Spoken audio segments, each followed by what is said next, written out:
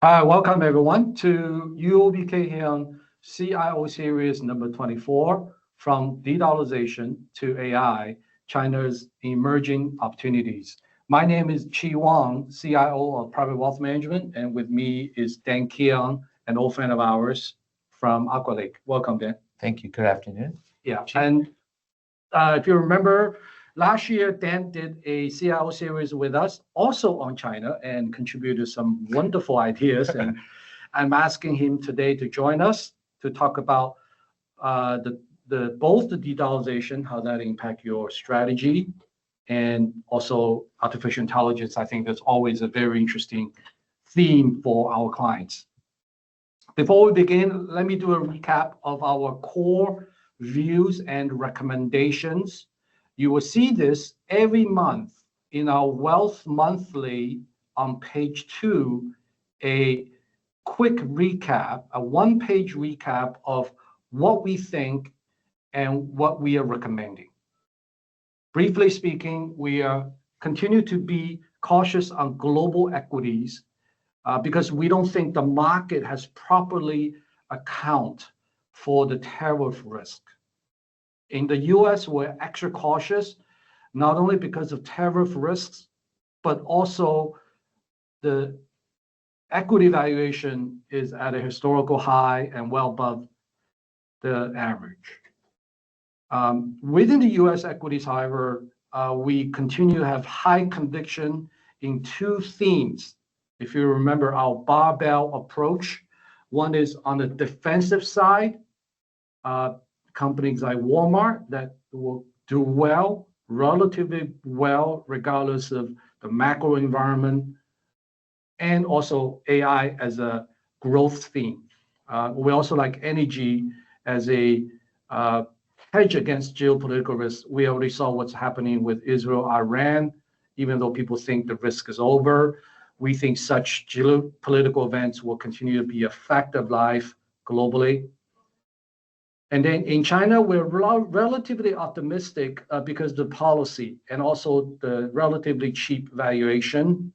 Similarly to the US, we take a barbell approach, looking at both defensives like China Mobile and also AI. Our top picks are Alibaba and Tencent. But again, today, Dan's going to talk to us about some AI stock picks in China that's a bit of unconventional. So please stay on the line for that. With respect to fixed income, things are getting a little bit tricky with the US debt burden, I will talk about in a second, and the de-dollarization. We've put our core recommendation on hold. You should read about our latest view in the upcoming Fixed Income Monthly, which will be out in early July. And then on commodity, the only commodity we recommend at this point is gold as a hedge against geopolitical risk. It's also a beneficiary of de-dollarization. What do I mean by that? People say this is just another cycle. The US dollar goes through a natural cycle of ups and downs, but I think this time is different, very different. We are looking at a long-term secular trend of declining dominance of the US dollar in global trade, investments, and currency reserves. One example, US dollar as a percentage of global reserves has declined from the peak of 71% to now just 58% today and will continue to decline.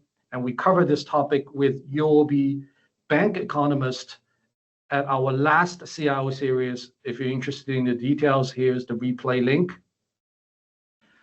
Just to recap, that the number one driver for the so-called de-dollarization trend today is the rising US debt burden.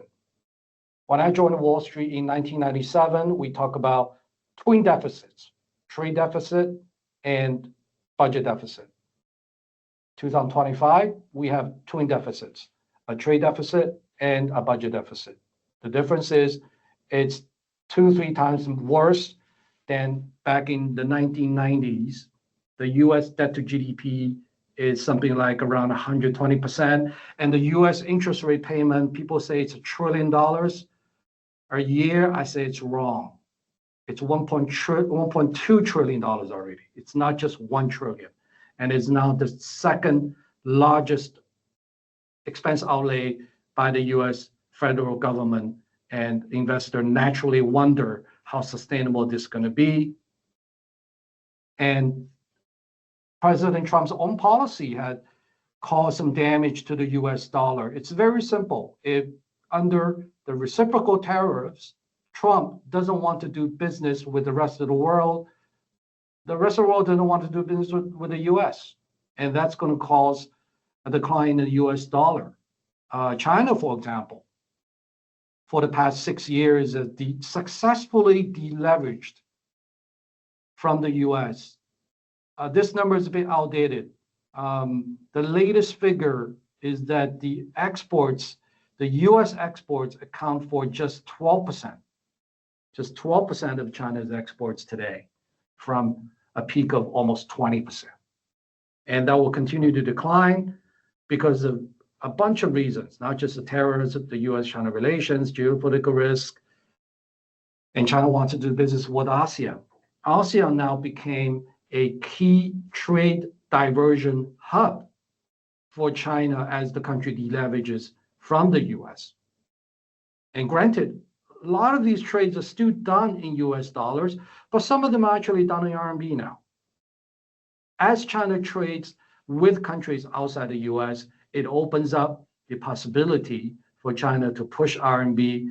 And I talked about this at a Malaysian marketing trip last week. It was very well received, very well received. A lot of our clients are in the Asian trade business, and they were saying that they're already seeing a significant amount of their business done in RMB. Not surprising. Number 3 factor for de-dollarization. I think everyone in this room, including people in the audience, are frustrated with the Fed. The central bank has been unpredictable, ineffective, and caused more uncertainty than it should. That's why people don't have as much trust in the US dollar, because of unstable, unpredictable Fed policies. The same reason that people move to gold. Just to reiterate, people buy gold not just because of geopolitical risk. People buy gold because they're frustrated with the central bank, because gold is not controlled by any central banks. Geopolitical risk, no convincing needed. I just want to make a point here that Trump's visit to the Gulf states recently seemed to reinforce the role of the dollar. And seemingly the Gulf states, the Middle East, is moving closer to the US. But on the other hand, the Gulf states also want to diversify. So it's not just US alone anymore, even though oil are still traded in US dollars. But they definitely want to do more business with ASEAN. This event, 1+1+1, was hosted in Malaysia. They want to do business, want to trade more with ASEAN, more with China. Again, moving away from the US dollar trade, US dollar and US as a country. That all seemed inevitable. That's the thesis for our de-dollarization in a nutshell. I'm not calling for a US debt crisis. I'm not saying the US dollar will disappear. There won't be a US default or currency failure, but there will be an inevitable long-term decline of the role of dollar in everything we do. So the very first thing we need to do is to raise the awareness of this very important trend among our clients, and then figure out what to do next. We only got a month's time so far, so no rush to conclusions, but it's very important to talk to our clients about this and think about how to restructure a portfolio, how to diversify. Again, we're not saying to kill all US dollars investments. As a firm, we offer a broad range of US dollar, non-US dollar products, and it's time to rethink your position. And we will follow up in this month, Wealth Monthly, with more recommendations under de-dollarization. I think at this point, understanding what it is and trying to do something about it is very important. And with that, let me turn to our guest speaker, Dan. Some of you may have, sorry, Dan, be waiting for me to rambling about this de-dollarization. I was going to add that there's also a bit of a trend on stable coins and crypto as well. Certainly, as part of the trend that you've been speaking about, right? Yeah. In fact, I just shared recently internally about stablecoin, how that impact the cryptocurrency world. We can talk about the Q&A if anyone's interested, but I feel like I've already taken my share of the time. Dan, some of you have known, if you have seen for the first time, he's a friend of mine, has been in the business for over 20 years, mostly on institutional business, in the institutional fund management. Managed tens of billions, not just billions. I think most recently you worked for Ontario Teachers Pension in Asia, in charge of Asia investments. I will let him to talk about his strategy later. I think it's very important to discuss, I think, to start with de-dollarization. So everything I just talked about makes sense. Are you seeing the same trend? We are. I think the one thing I think the trend is definitely very clear. I think what is not clear is how much time it would need to do de-dollarization. These are the numbers that we pulled. Our team has pulled recently. But if you actually just think about the numbers, right? U.S. On this particular page, we see a U.S. $44 billion of sort of coming into the Asian markets. But if you put things in perspective, Hong Kong stock market is about 5 trillion in market cap today. And then the daily volume is roughly about 20 to 30 billion, right? So which means 44 billion in the past 12 months. That's a lot. It's decent amount. But could be bigger. Yes. Going forward. So I think that's something that people should keep in mind. But clearly, if you see the dollar index, a lot of the currencies, Taiwan, for example, very strong in the past few months, right? As well as or more than 10% year to date. And very quickly. And then also the yen and certainly the Korean won as well. So I was in Malaysia, the currency is up more than 5%. Singapore dollar up a lot year to date, and since the April 2nd Liberation Day. So my understanding, you run a US dollar Pan-Asia hedge fund? That's right. Which is a US dollar product, but the underlying is what? Is various currencies. Various currencies we do. Sometimes we hedge, sometimes depending on the company. If the company itself is pretty well diversified, then we don't need to hedge. But I think obviously if you have a stronger Asian currency, it would benefit the returns for our fund. Are you seeing inflow to a fund or institutional investors interested in your strategy because of they want to have a more diversified currency away from the US dollar? Part of it. But also I think they want exposure into some of the exciting themes that we can talk about a bit more later on the Asian equity side.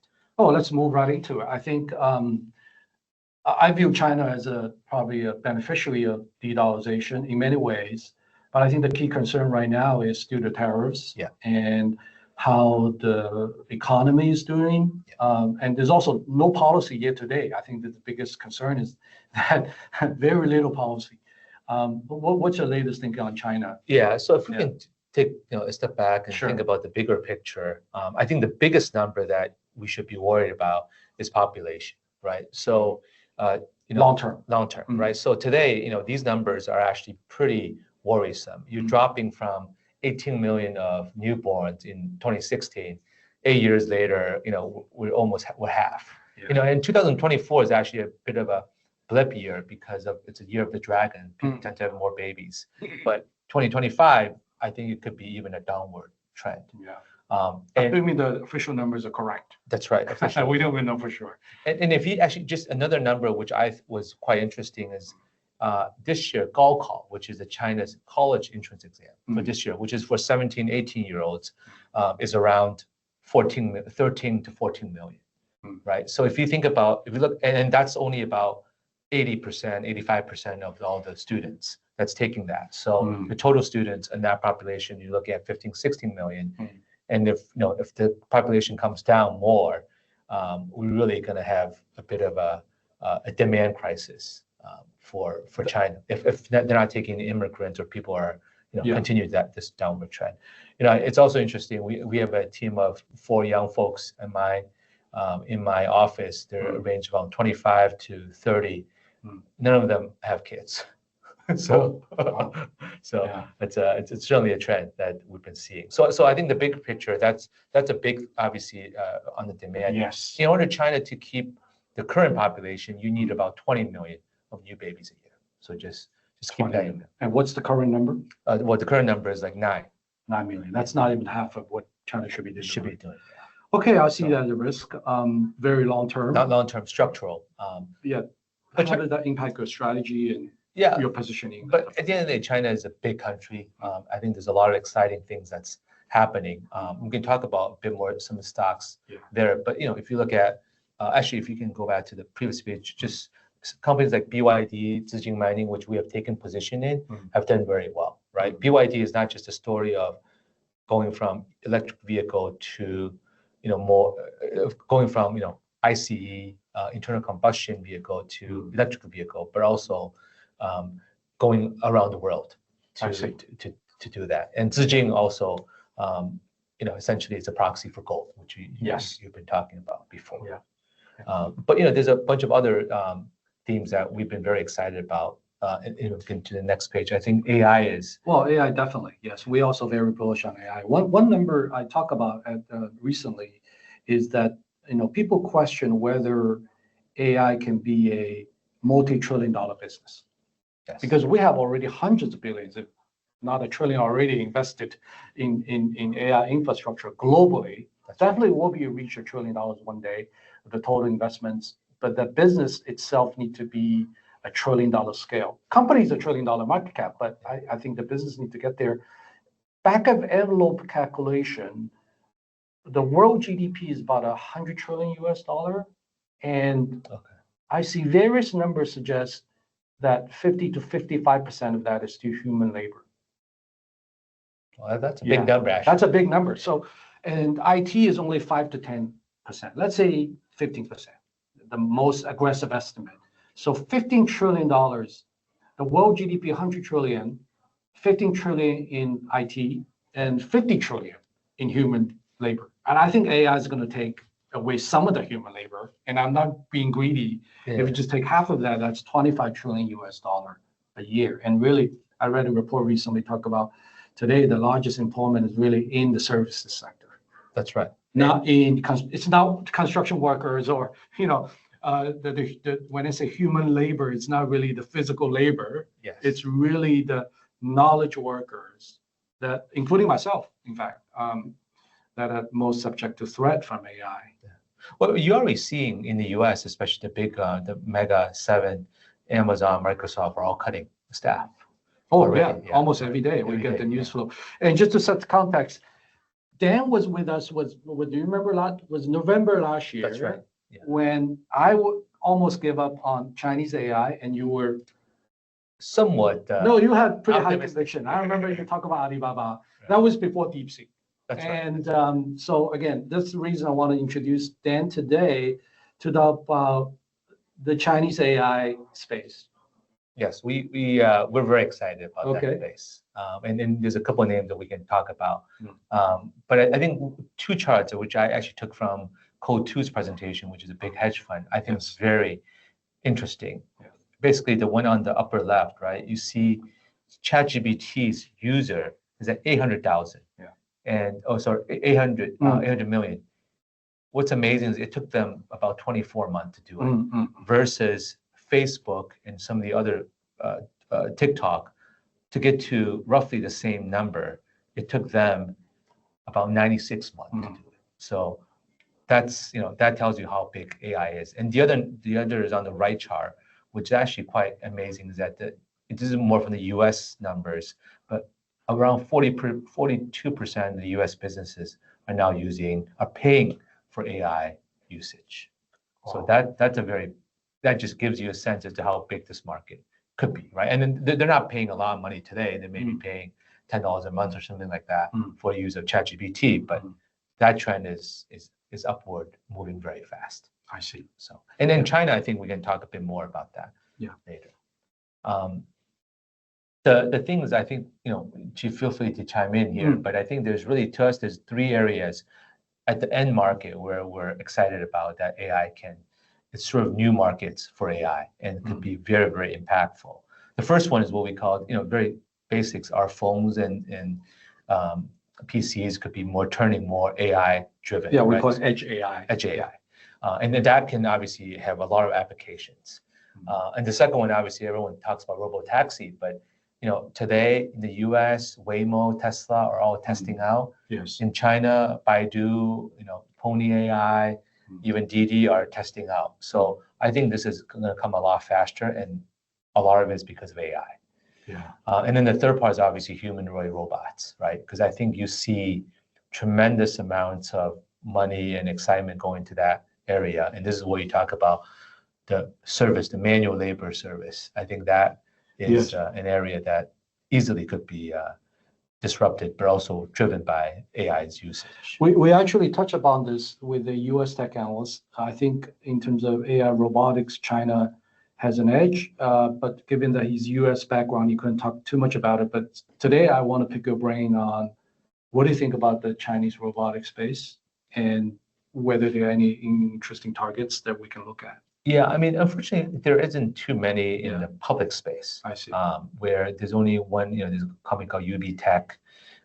There's another being called, that's also listed in Hong Kong, but they're actually making more, I would say, a bit more lower end type of robotic companies. But I think companies like Huawei, even BYD, they don't talk about it, but they're definitely making. Xiaomi has made announcements that they're going to do robots. Oh, tonight, yeah. In a couple hours. Even Xiaopeng, which is the car company, Yes. they also are making robots. So I think these are probably more industrial focused, but they're definitely going to be moving forward to more humanoid robotics. Okay, we can talk more about the industry trend, but I do want to spend more time talk about stocks. Yeah. I know that you prepared a few stocks that related to AI. Yes. And I look at the names at first glance, I thought was a bit odd, but you have a reason to believe that they are good AI plays. Correct. And let's show the first one. It's first one is very obvious. It's a robotic.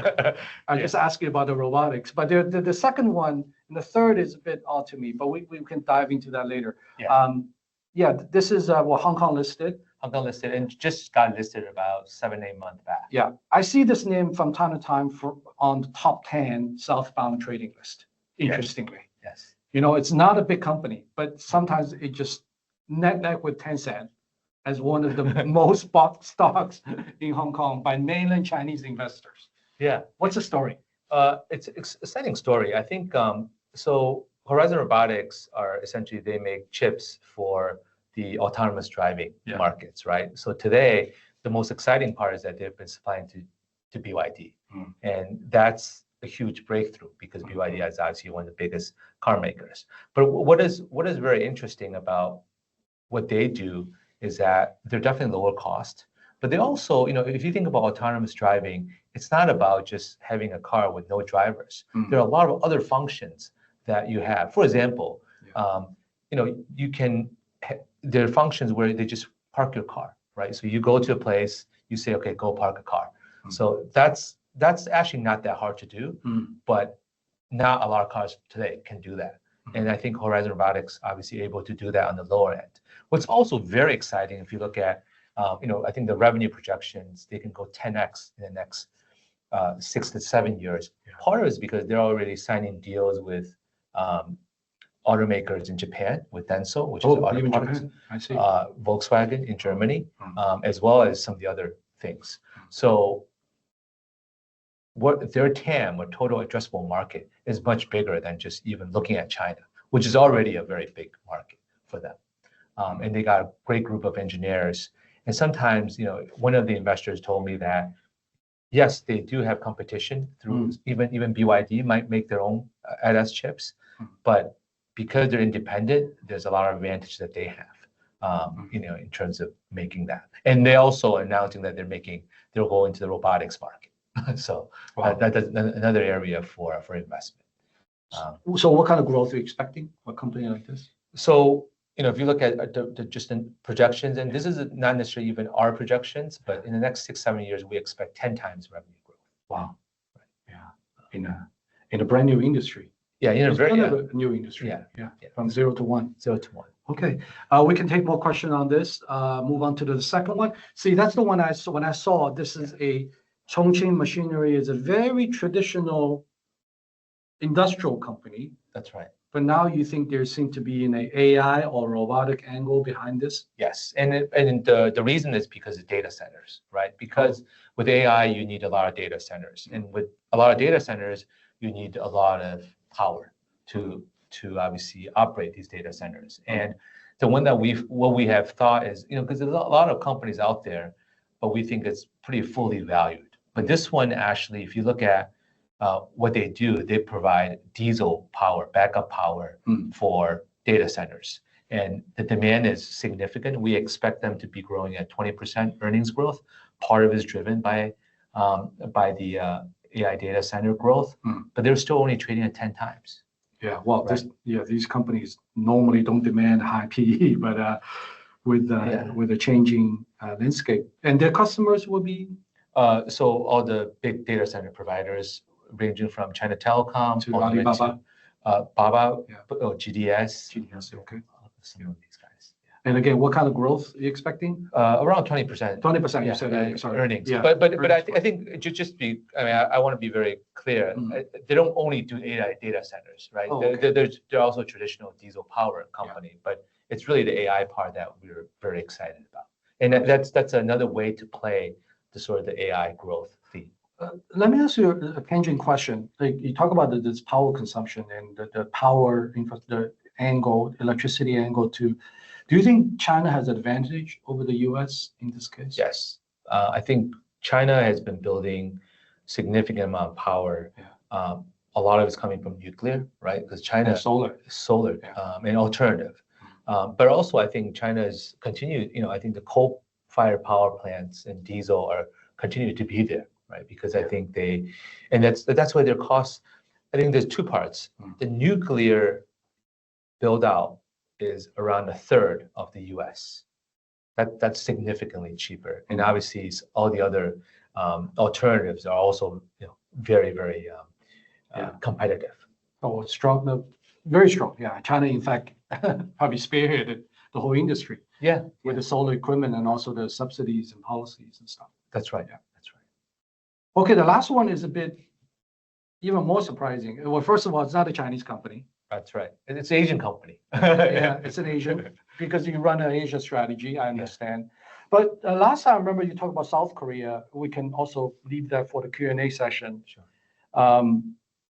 It could be a beneficiary of this U.S.-China trade war. Yes, for sure. But this is more specific to Hyundai here, is more specific also to AI and robotics. In fact, they bought Boston Dynamics. Yeah, so the theme is pretty simple. This is a car company, but actually one of the things that people may not be aware is that a lot of the car companies, especially Hyundai as well as Toyota even, they have a big robotics branch because they obviously help them with manufacturing. But the thesis for Hyundai is pretty simple. This trades at 4 to 5 times price to earnings, so very low from price to earnings perspective. They are teaming up with Waymo in the US, which is autonomous driving under Google, to develop autonomous driving cars in the US. So from that perspective, they're actually doing well in the US and there's upside there. But what's the other upside is they bought a company called Boston Dynamics, arguably the number 2, number 3 robotics company in the US. And that company, could be, we don't know the numbers, but could be anywhere valued at 10 to 100 billion today.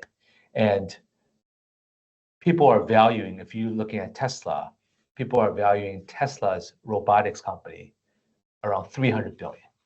And so even this one is 1/10 or 1/30th, it's worth 10 to 30 billion. Yeah. Right. And obviously Boston Dynamics have made a lot of big achievements over the years. So it's interesting. It's sort of we think over time the market will recognize its value. Yeah. Obviously, Hyundai owns 80% of that, and it's now beginning to. I think recently the stock has gone up, but we think there's obviously more upside just on these two themes combined.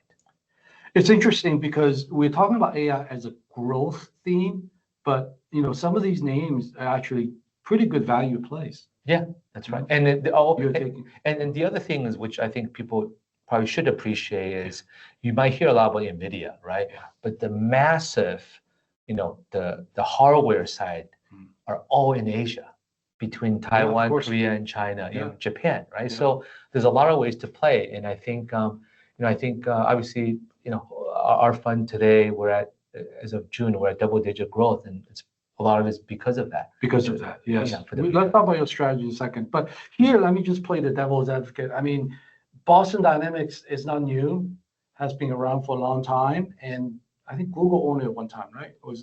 That I'm not sure. Yeah, but no company were able to really monetize it. Why do you think Hyundai can make it work? So, as with a lot of car companies, they can actually use Boston Dynamics robots to help with their manufacturing. Oh, okay. Right. So same. So they have So Hyundai is using it itself. We think so. We just I think they haven't been very public about it. But I think definitely. That's probably the reason they bought it.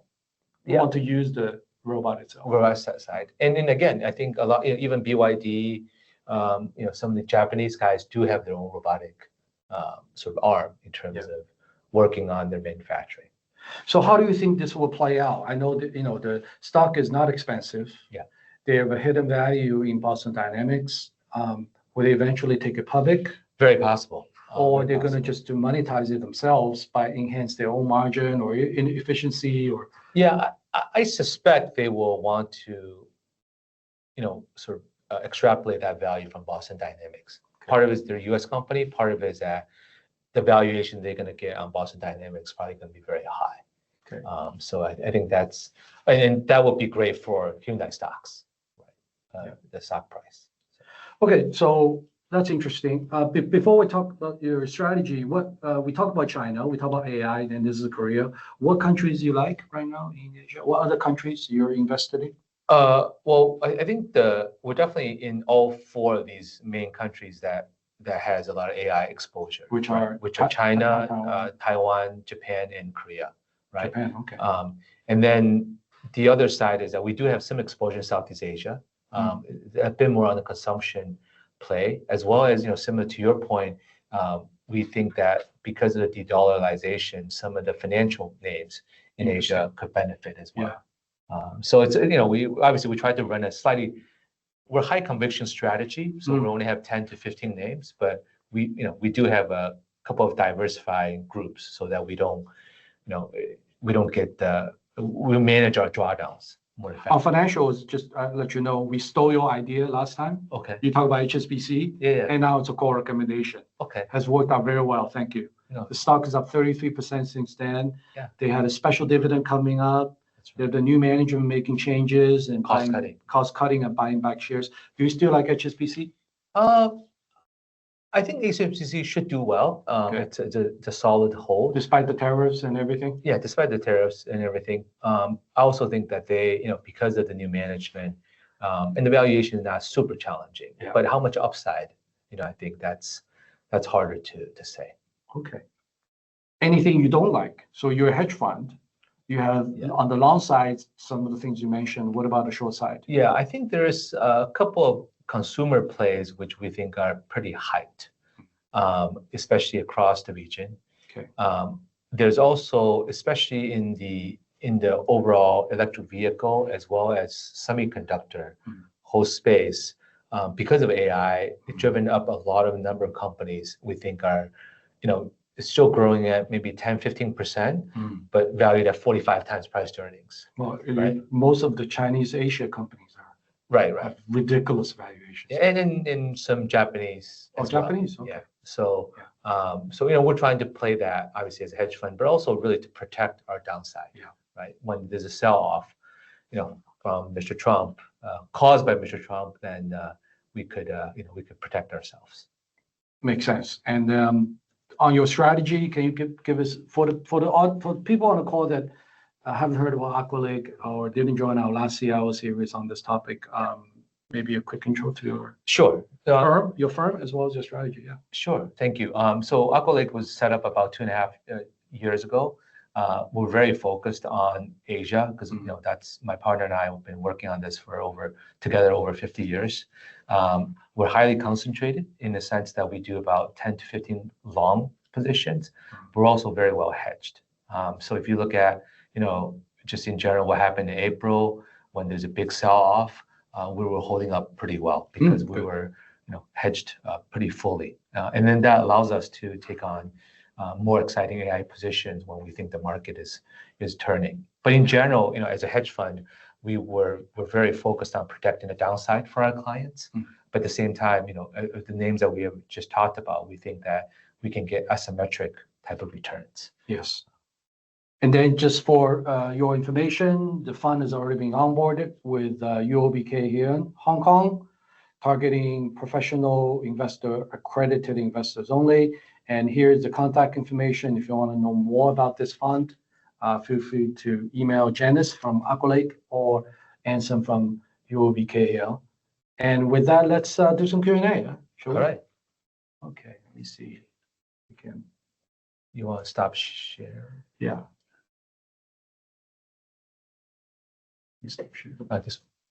Okay. So if you have a question, please use the Q&A button or use the chat window. I'm not sure whichever works to enter the question in text, and we answer them in the order they come in. Again, if you have a question, please let us know, and we'll answer them. And while we're queuing up for more questions, I do want to talk about mention tariffs, the elephant in the room. Sure. We have 2 deadlines coming up, one in July, which is for the 90-day pause for most countries. Yes. And one in mid-August, which is for China. Any thinking around those dates?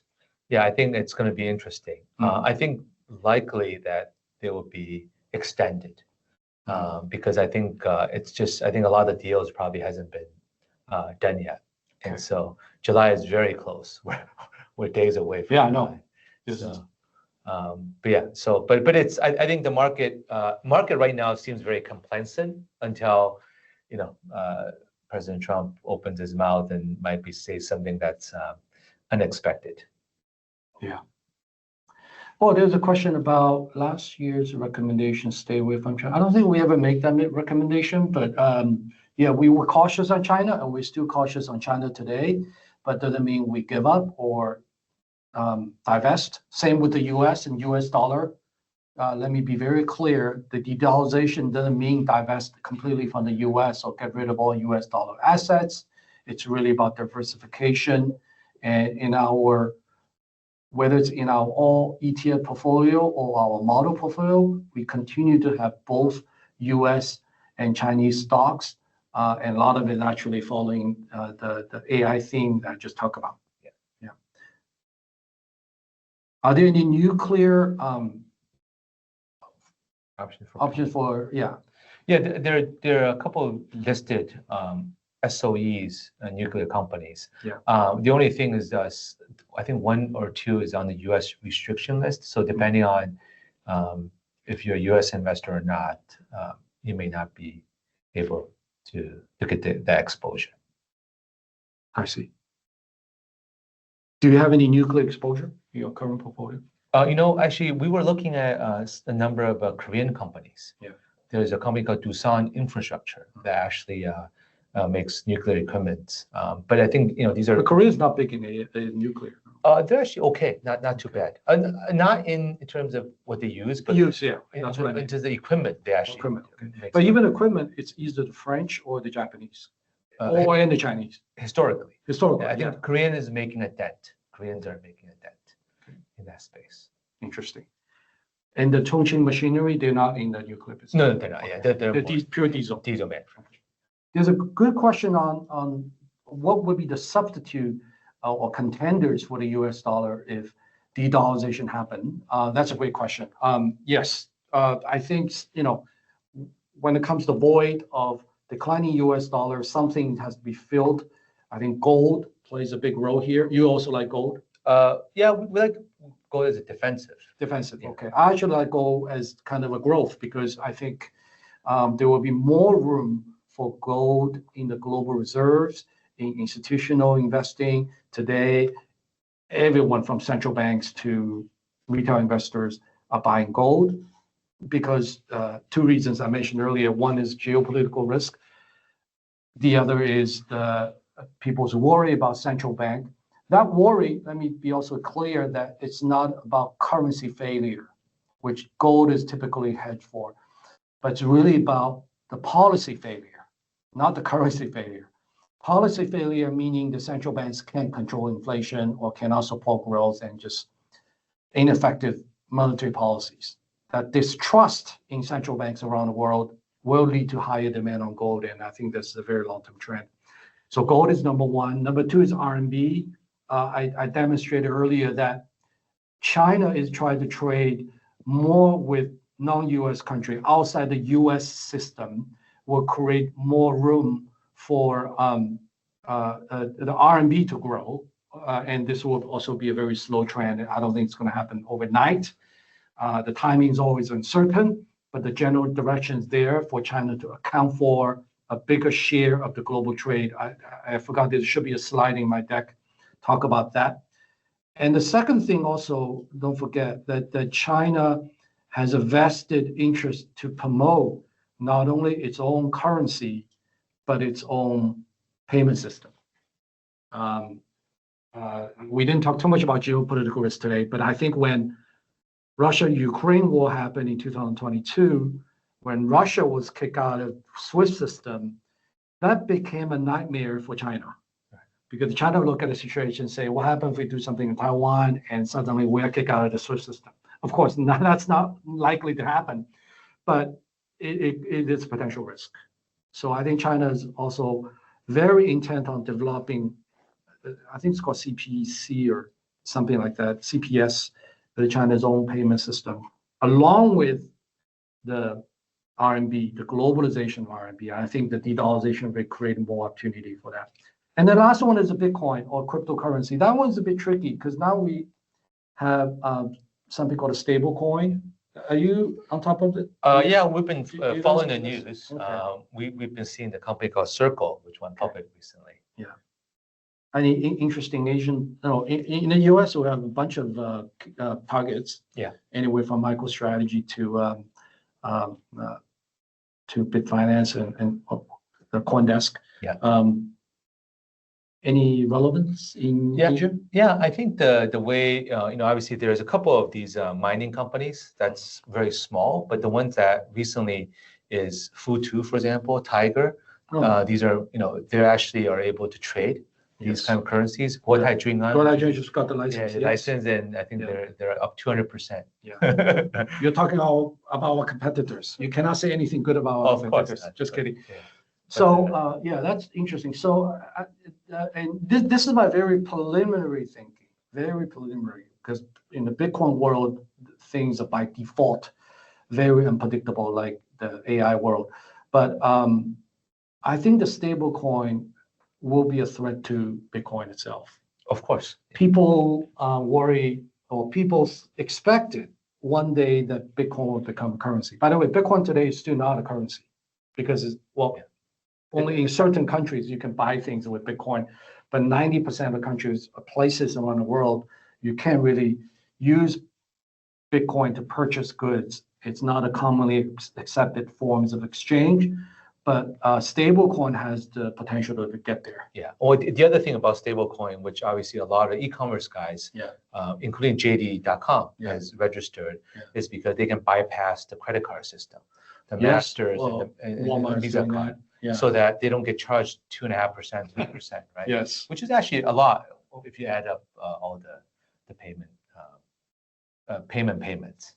Yeah. So I think stablecoin is here to stay. It's a one-way street. It's much like Bitcoin. Bitcoin's not going to disappear. I just think that the more stable coins come out, and Hong Kong also want to do a stable coin. Yes. All the countries are now looking at stable coins.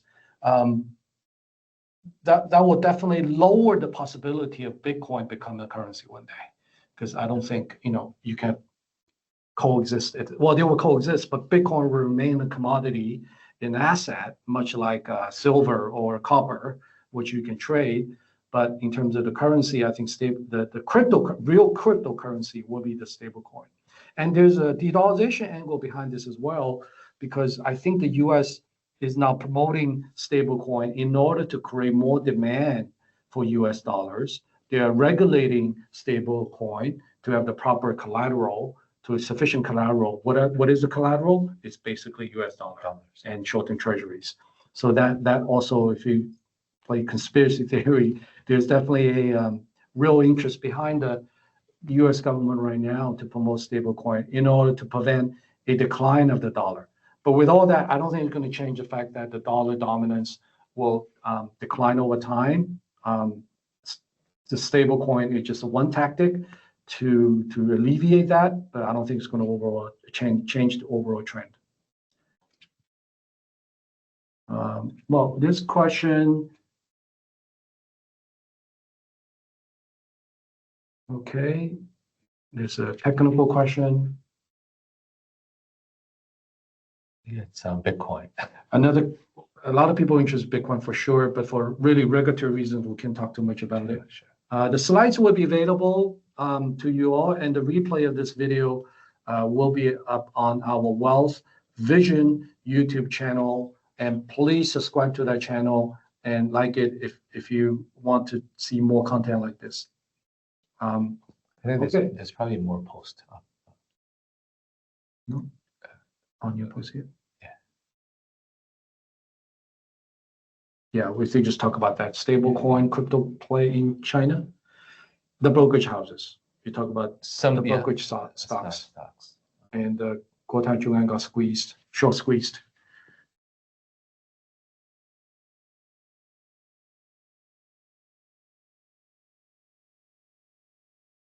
I mean, we just go through the questions here. Sure.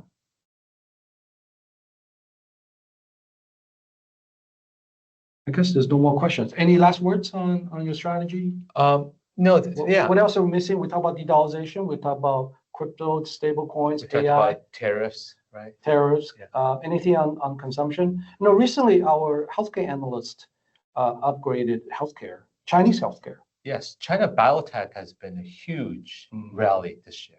Yeah. So let me tell you why I think it's interesting, because I'm not a healthcare expert. I'm certainly not a biotech expert. I know nothing about biotech. I'm learning. But there's a very interesting parallel between what's happening in that space, and you can tell me more about this, and the AI model. Yes, that's right. Which kind of took the world by surprise, and people didn't think China's going to have any viable AI model. People, including myself, were very skeptical before.